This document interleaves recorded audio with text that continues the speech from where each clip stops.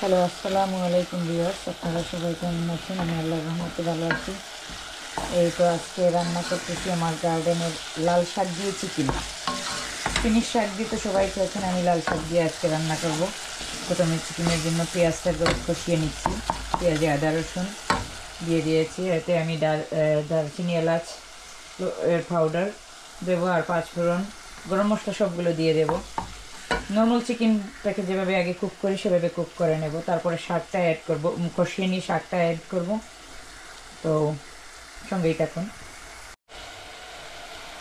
এই তো পেঁয়াজটা সফট হয়ে গেছে, এখন চিকেনটা এর মধ্যে ছেড়ে দেবো, দিয়ে আমি অন্যান্য মশলা দেবো। চিকেনটাকে কষাবো, সঙ্গে অন্যান্য মশলাও দেবো।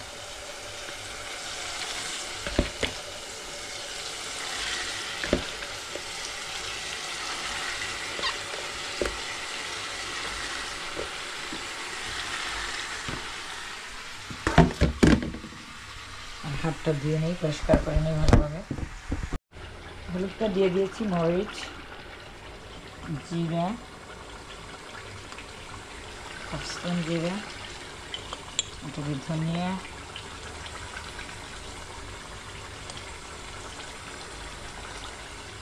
দিয়ে দিলাম সব ধরনের গুঁড়ো মশলাগুলো, আর একটু বিরিয়ানি মশলা একটু অ্যাড করবো, গরম মশলা যেটা, যখন চিকেনটা নামানোর আগে সেটা দেবো।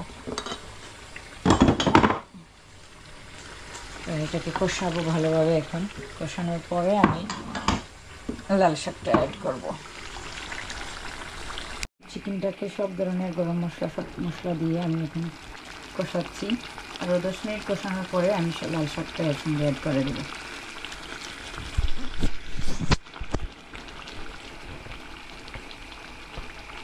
তো আমার চিকেনটার হাইটা চেঞ্জ করতে হলে এখন আমি লাল শাকগুলো এর মধ্যে দিয়ে দেবো।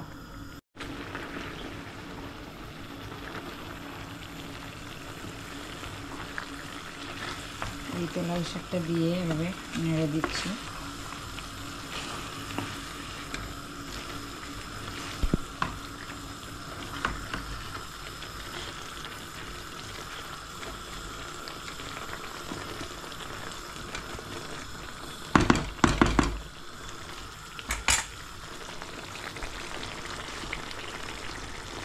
পানি বের হবে, পানি বিরিয়ানিতে মশলা দিয়ে দিচ্ছি। এখন শাকটা কুক হয়ে গেছে, এখন এটাকে বাগার দিয়ে দেবো গার্লিক দিয়ে।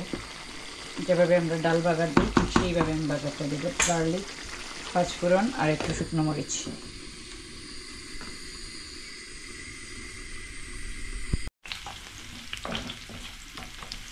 রসুন, পাঁচফোড়ন আর শুকনো মরিচ দিয়ে এটাকে আমি ফোড়ন দিয়ে দেবো। যেভাবে আমরা ডালটাকে বাগার দিই, ফোড়ন দিই, ঠিক সেভাবে। সেভাবে চাইলে কারি পাতাও দিতে পারেন।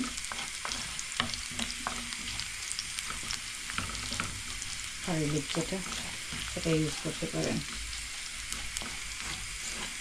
আবার সরষার তেল দিয়েও আপনারা দিতে পারেন, কারণ আমার বাচ্চার পছন্দ না সরষার তেল, আমি ইউজ করতেছি না।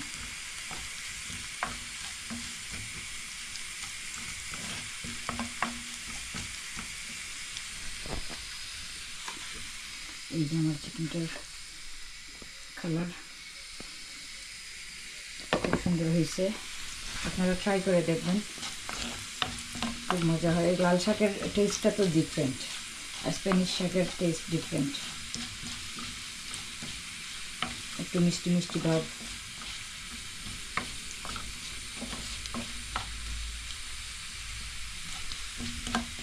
রসুনটা একটু গোল্ডেন ব্রাউন হয়ে যাক, তারপরে এটার মধ্যে দিয়ে দেবো।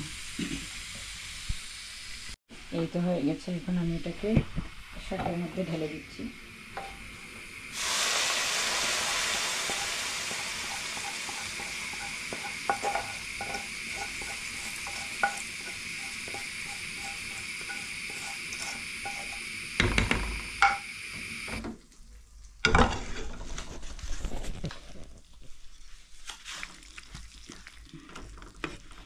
একটু আগুন দিয়ে এটাকে মিক্স করে নেব।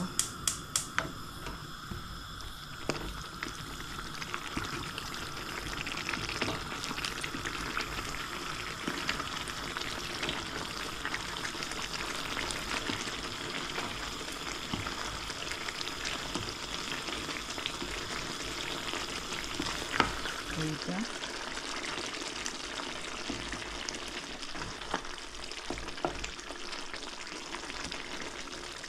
খুব মজার কিন্তু হয়, আপনারা ট্রাই করে দেখবেন আমার এই রেসিপিটা।